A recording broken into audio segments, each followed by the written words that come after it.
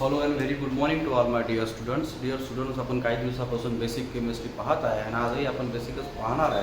कारण बेसिक सगळ्यात महत्त्वाची गोष्ट असते. कोणताही सब्जेक्ट समजण्यासाठी जर बेसिक तुम्हाला जर येत असेल तर तुम्हाला घोकमपट्टी करण्याची, पाठांतर करण्याची गरज बिलकुल पडत नाही. म्हणून कोणत्याही विषय असो त्याचं बेसिक पहिले समजून घेणं हे एकदम चांगली गोष्ट आहे. कारण तुम्हाला जर तो पूर्ण युनिट समजून घ्यायचा असेल, पूर्ण सब्जेक्ट समजून घ्यायचा असेल तर तुम्हाला बेसिक येणं हे सर्वात महत्त्वाचे असो. मग तो सायन्स असो, आर्ट्स असो की कॉमर्स असो, कोणतीही गोष्ट असो, पण बेसिक तुम्हाला आलंच पाहिजे. तर चालू करू. जसं आपण मागच्या काही दिवसापासून बेसिक केमिस्ट्रीमध्ये मॅटर काय, ॲटम काय बघत होतो. काही पॉईंट्स मी तुमच्यासाठी घेऊन आलो आहे. थोडे पॉईंट्स तुम्ही लिहून घ्या, जेणेकरून तुमच्याकडे काही पॉईंट्स राहील अभ्यासाला म्हणा किंवा लिहिण्याला म्हणा. आता बघा, हे बेसिक केमिस्ट्रीमध्ये आपण पहिली लाईन काय बोलणार आहे. Everything in the universe is made up of matter that forms a chemical element. या शब्दाचा अर्थ असा, या युनिवर्स, ह्या ब्रह्मांडामध्ये, ह्या विश्वामध्ये सगळ्या गोष्टी ज्या बनलेल्या आहेत त्या मॅटर आहेत. म्हणजे मेडअप ऑफ मॅटर, सगळ्या गोष्टी युनिवर्समधल्या बनलेल्या आहेत. कशानं बनल्या म्हणते, मॅटरनं बनलेल्या आहेत. That forms a chemical element. म्हणजे आता केमिकल एलिमेंट्स म्हणजे कोणते, जसं केमिस्ट्री विषयाला आपल्या डोळ्यासमोर येते पिरियोडिक टेबल 118 एलिमेंट्सवाला. हां बिलकुल. तर ह्या पिरियोडिक टेबलमध्ये ज्या सगळ्या गोष्टी अरेंज केलेल्या आहेत त्या झाल्या एलिमेंट. जसं एक्झाम्पल हायड्रोजन झाला. हायड्रोजन पिरियोडिक टेबलमध्ये हायड्रोजन आहे, लिथियम आहे, सोडियम आहे, निऑन गॅस आहे, गोल्ड आहे, सिल्वर आहे, कॉपर आहे. तर ह्या सगळ्या गोष्टी झाल्या एलिमेंटच्या पिरियोडिक टेबल तुम्हाला दिसतात. मग पहिली लाईन आहे म्हटलं त्यांनी, everything in the universe is made up of matter that forms a chemical element. दुसरी गोष्ट अशी आहे का, atom is the smallest unit of matter. आता बघा रे, आपण काय बोललो आहे का, युनिवर्समध्ये सगळ्या गोष्टी काय मॅटर. आता मॅटर म्हणून त्यांनी काय म्हटलं आहे की atom is the smallest unit of matter. आता मॅटर कशाला बनलेला आहे समजून एक्झाम्पली, तर म्हणजे एक्झाम्पल असं म्हटलं तरी चालेल की atom is the smallest unit of matter. आता ॲटम म्हणजे काय याच्यावर फोकस करू आपण फक्त. आता एक लक्षात घ्या, that forms a chemical element ना. आता ॲटम हा शब्दाचं नाव ग्रीक वर्डवरून आला आहे, ॲटमोज. हे ॲटमोज जे आहे हे ग्रीक वर्ड आहे. जसं ग्रीक वर्ड असतात, ठीक आहे, तर लॅटिन वर्ड्स असतात. तर ग्रीक वर्डनुसार ॲटमोज म्हणजे होते ॲटम, आणि या शब्दाचा अर्थ होतो इंडिव्हिजिबल. इंडिव्हिजिबल म्हणजे ज्याचं डिव्हिजन करता येत नाही, ज्याला कापता येत नाही. अनकटेबल म्हटलं तरी चालेल, पण ही गोष्ट तेव्हाची होती, आताची गोष्ट वेगळी आहे. हे इज द पॉईंट, एवढा काही विशेष आला नाही. Now the atom is divisible, ठीक आहे. Every solid, liquid, gas, plasma. आता सॉलिड, लिक्विड, गॅस, प्लाझ्मा काय आपण याच्या आधी पाहिला आहे. Solid, liquid, gas, plasma, Bose, Einstein, condensate अशा 5 पदाची अवस्था आपण नवीन पाहतो. जसं आपल्याला सिलेबसला 3च आहे, सॉलिड, लिक्विड, गॅस. ही झाली states of matter. Is composed of atoms.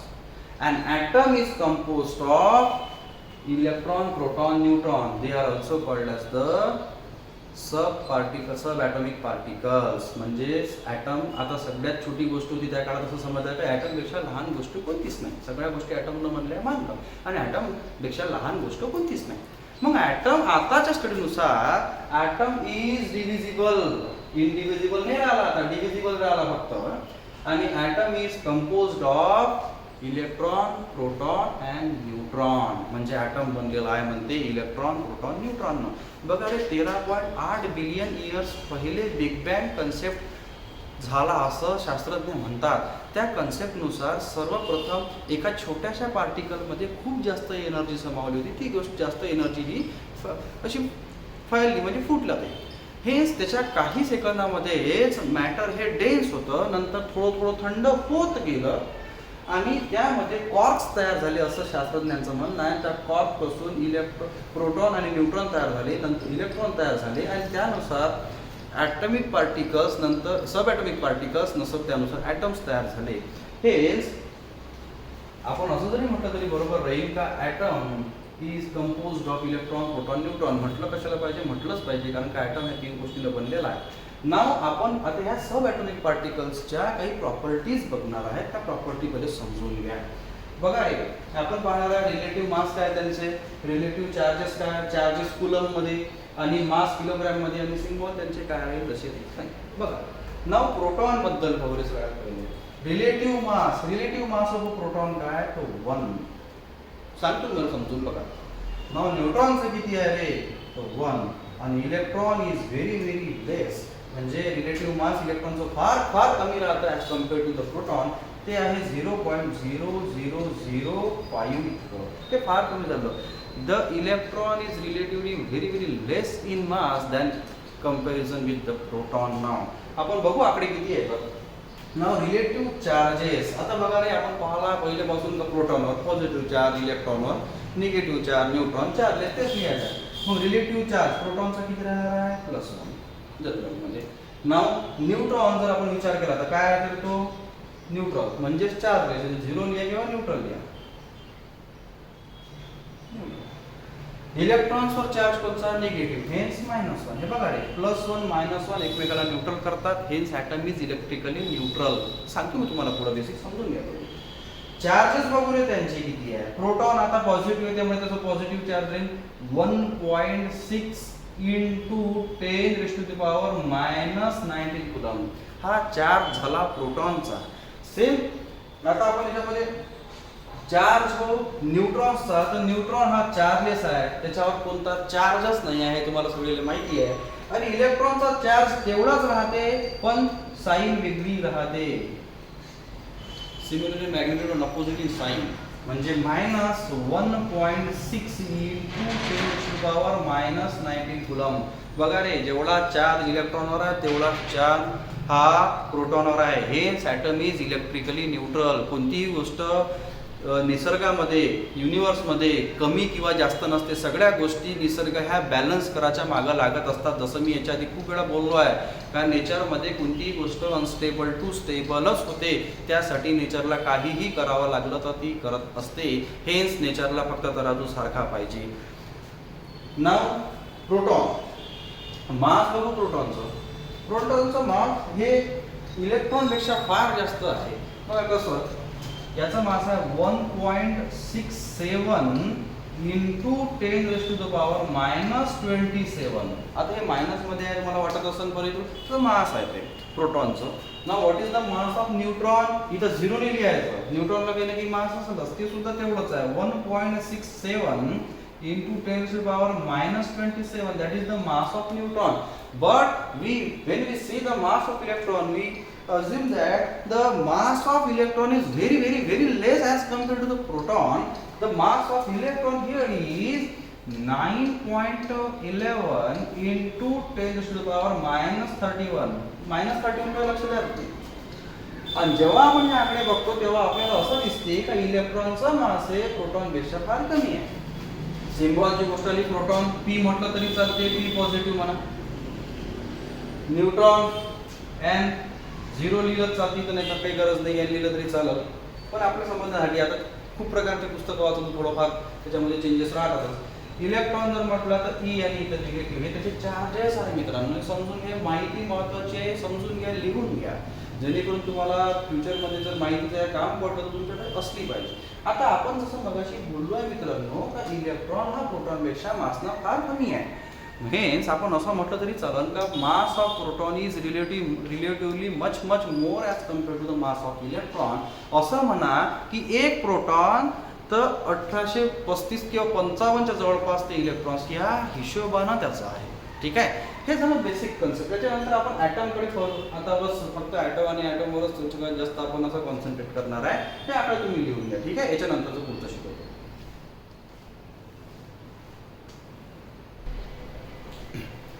आता आपण बघू ॲटमशी रिलेटेड बेसिक काही गोष्टी, जसं ॲटॉमिक नंबर म्हणजे काय, मास नंबर म्हणजे काय, नंबर ऑफ इलेक्ट्रॉन्स किती काढायचे, नंबर ऑफ प्रोटॉन्स किती असतात, नंबर ऑफ न्यूट्रॉन्स कसे बघू आपण. बघा रे, आपण जनरली पाहायला का ॲटम काय होते. आता आपण ॲटॉमिक स्ट्रक्चर फॉर एक्झाम्पल आपण चालू करू हायड्रोजन पासून. हायड्रोजन हा पहिला एलिमेंट आहे पेरियोडिक टेबल मधला, एक लक्षात घ्या. याचा ॲटम कसा आहे बघा रे. हायड्रोजनचा ॲटम कसा राहतो, एक इथं न्यूक्लियस आणि एक इलेक्ट्रॉन त्याच्या अवतीभोवती असा न्यूक्लियस भोवती असा फिरत असतो. हा झाला 1 प्रोटॉन 1 इलेक्ट्रॉन सिस्टम.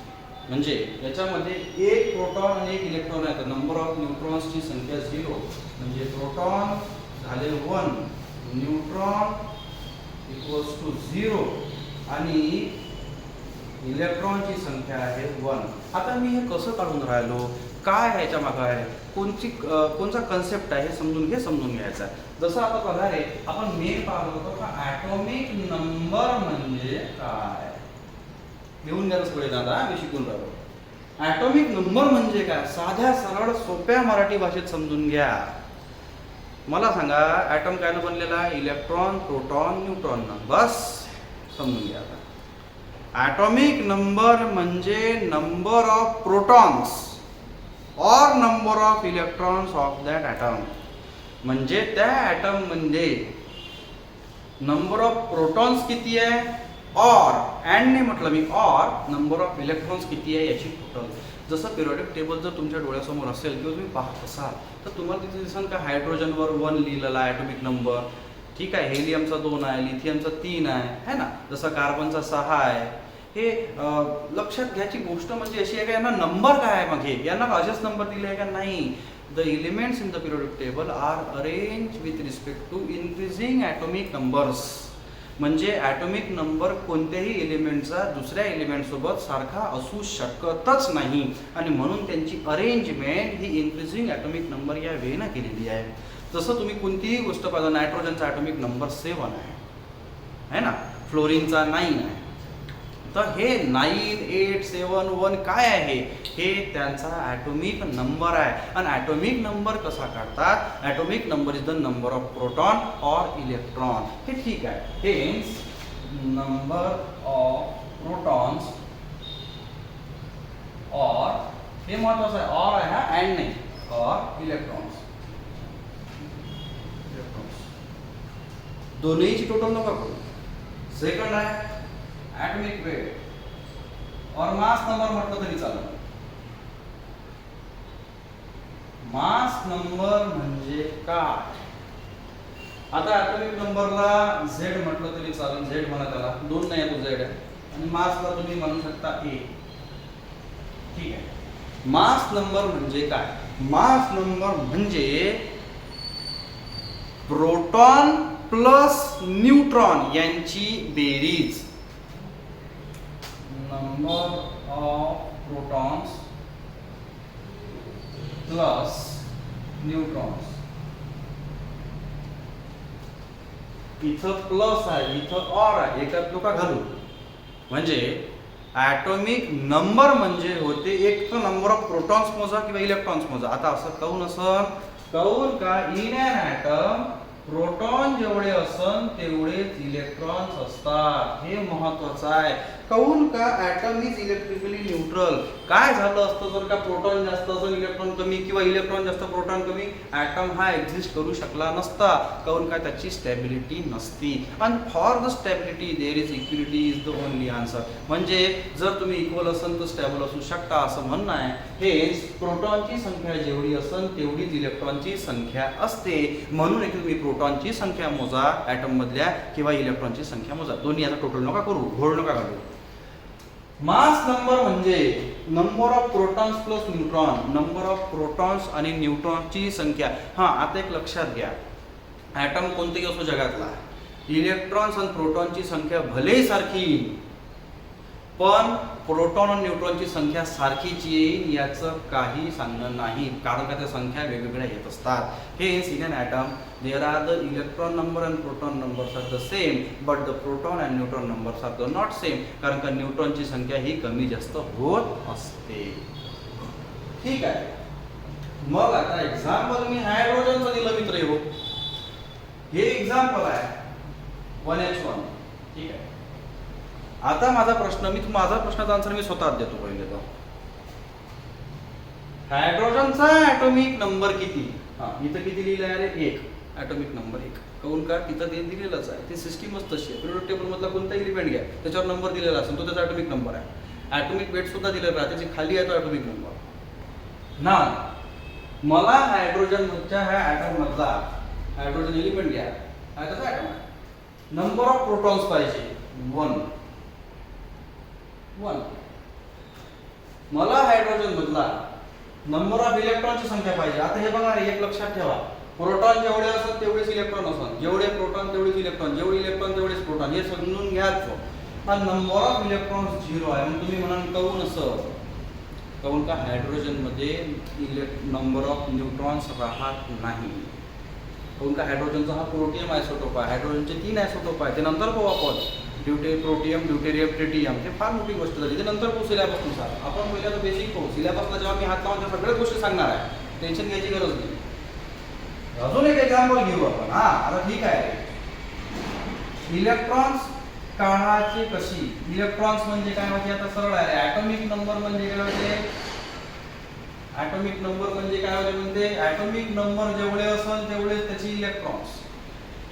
ठीक आहे, हे नसले लक्षात नका. पण जर तुम्हाला इलेक्ट्रॉन असो और प्रोटॉन असो, हे ॲटॉमिक नंबर जेवढे असेल तेवढेच असतात. पण जर तुम्हाला कोणा म्हटलं का नंबर ऑफ न्यूट्रॉन्स का, तर याच्यासाठी फॉर्म्युला आहे. तो फॉर्म्युला आहे A - Z. What is A? A is the mass number. What is Z? Z is the atomic number. Example घेऊ ना आपण, बिलकुल घेऊ. बघा आता एक्झाम्पल मी घेतो इथं. कशाचं घेतो? लिथियमचा घ्या. लिथियम ॲटॉमिक नंबर किती आहे रे? 3. पिरियोडिक टेबल 5 मला समजते, पाटणी करावं लागत. हा, आणि इथं किती राहील? 7. हा ठीक आहे, 6.9 आहे म्हणजे 7च कन्सिडर करतो आपण मास नंबर. आता प्रश्न आहे, सांगा रे, हा असा एक्झाम क्वेश्चन आहे. हा आन्सर काय आहे? नंबर ऑफ प्रोटॉन सांगा म्हणते किती आहे, इलेक्ट्रॉन सांगा, न्यूट्रॉन सांगा. ठीक आहे, सांगतो ना. पहा आता कसं. हे जे खाली दिलेलं आहे त्याला काय म्हणतो आपण? Atomic number. ॲटॉमिक नंबर म्हणजे काय होते? Number of protons and electrons. हा अँड नाही, सॉरी, ऑफ. हा नंबर आता किती येतं संख्येनं? 3. हा मग प्रोटॉन किती असेल रे? 3. प्रोटॉन जेवढे तेवढेच इलेक्ट्रॉन. हा सांगा नंबर ऑफ इलेक्ट्रॉन्स किती याच्यात? मग 3च. आता प्रश्न पडला न्यूट्रॉन. हा आता आपण काय म्हटलं होतं? A - Z. A म्हणजे काय होते? Mass number. हा 7 - 3 काय होते? आन्सर तुम्हालाच माहिती किती येते? 4. Hence in lithium 3 protons, 3 electrons and 4 neutrons is there. मी एक्झाम्पल असून घेतो, टेन्शन नका करू तुम्ही. ठीक आहे, आता आपण पाहू carbon. 6 atomic number 6 and mass number 12. Atomic weight म्हणा, हे फरक नाही पडत. सांगा म्हणते रे, याच्यात प्रोटॉन किती आहे, इलेक्ट्रॉन किती आहे आणि न्यूट्रॉन्स किती आहे? काढू ना. पहा आता मला सांगा, याले काय म्हणतो आपण? Atomic number. हे असं आहे, पहा. X is the any element. आपण X ला एखादा एलिमेंट म्हणू, कोणताही असो, कार्बन असो, लिथियम असो, हायड्रोजन असो, हेलियम असो, कोणताही असो. आता इथं राहते रे, हा झाला त्याचा Z, हा आणि हा झाला त्याचा A. समजला आता? पिरियोडिक टेबल मध्ये असं दिलेलं राहते, जे असं राहील atomic number. A is the now. सांगा रे प्रोटॉन किती आहे याच्यात? मग सरळ आहे, 6 दिसते आम्हाला, लिहायचं तेच. हो गया काम. 6 प्रोटॉन 6 आहे, तर इलेक्ट्रॉन किती राहील? 6. Number of neutrons ray? A - Z. 12 - 6 किती? आन्सर 6. आता मी तुम्हाला मगाशी बोललो होतो का नंबर ऑफ न्यूट्रॉन्स सारखे येऊ शकते आणि वेगळे असू शकते. आता पहा रे, या केस मध्ये नंबर ऑफ न्यूट्रॉन्स सारखे आले, या केस मध्ये नंबर ऑफ न्यूट्रॉन्स सारखे आले नाही. हे कोणीच कसं आणि का बरं याचा आन्सर नंतरची गोष्ट आहे. हे सायन्स नुसार आहे आणि पुढं पाहू आपण. पण काही केसमध्ये ॲटॉमिक नंबर, ॲटॉमिक वेट ठीक आहे, पण नंबर ऑफ न्यूट्रॉनची संख्या सारखी येते, काही ठिकाणी सारखी येत नाही. ठीक आहे, आपण आता एक्झाम्पल घेऊ हेलियमचं. 2 आणि 4. ओके, हेलियम समजा इथं 2 ॲटॉमिक नंबर 8 म्हणजे किती? 4. सांगा रे नंबर ऑफ प्रोटॉन्स किती आहे? इथे दिसते इथं 2. प्रोटॉनची संख्या किती आहे रे? 2. इलेक्ट्रॉनची संख्या सांगा किती आहे रे? 2. काऊन का? हे लक्षात ठेवायचं कधी, याच्या बरोबर सगळा. काऊन का? Atom is electrically neutral. हा तिसरं नंबर ऑफ न्यूट्रॉन्स सांगा बरं किती आहे याच्यात? 4 2 काढा, किती काढते? चला आन्सर. काही केसमध्ये सारखे, काही केसमध्ये विरुद्ध. एक लक्षात घ्या, हेच महत्वाचं आहे. ठीक आहे, जसं आता आपण सोडियमचं एक्झाम्पल घेऊया. ठीक आहे, आता इथं 23 आहे, 22.9च्या जवळपास, 8च्या जवळपास जाते म्हणजे 23. सांगा प्रोटॉनची संख्या किती आहे? 11. सांगा इलेक्ट्रॉनची संख्या किती आहे? किती आहे? 11. न्यूट्रॉनची संख्या सांगा. आता काय करायला लागेल? 23 मधून कधी काढा? 11 किती राहील? समजलं? अशा प्रकारे हे सगळं बेसिक आहे, ते समजून घ्या तुम्ही. पहा ना तुम्ही इथंच पहा. ॲटॉमिक नंबर सोडियमचा किती आहे? 11. मास नंबर किती झाला? तो 23. ठीक आहे, म्हणला हे असंच एक्झाम्पल आहे. XZA. नंबर ऑफ प्रोटॉन्स किती आहे रे? तर 11.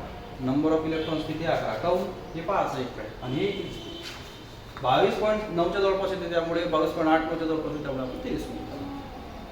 आता सोडियमचे 2-4 आयसोटोप आहेत. हे नॉर्मल सोडियम झाला. नंबर ऑफ न्यूट्रॉन्स आहे ना, 23 ातून 11 काढा बरं. ठीक आहे, तर हे मित्र हो आजच्यासाठी इतकंच. तुम्ही कोणची एक्झाम्पल घ्या पिरियोडिक टेबलमधले, कोणतेही घ्या. ॲटॉमिक नंबर, ॲटॉमिक वेट तुम्हाला दिलेलं आहे पिरियोडिक टेबलमध्ये, आणि ते एक्झाम्पल सॉल्व करा आणि मला आन्सर्स पाठवा. नाही समजलं तर पुन्हा विचारा, काही विषय नाही. फक्त सिंपल वेद अभ्यास करा. हे समजलं तर बरं होईल, नाही तर सगळं गेलं होईल. ठीक आहे, ओके, चलो कल मिलेंगे.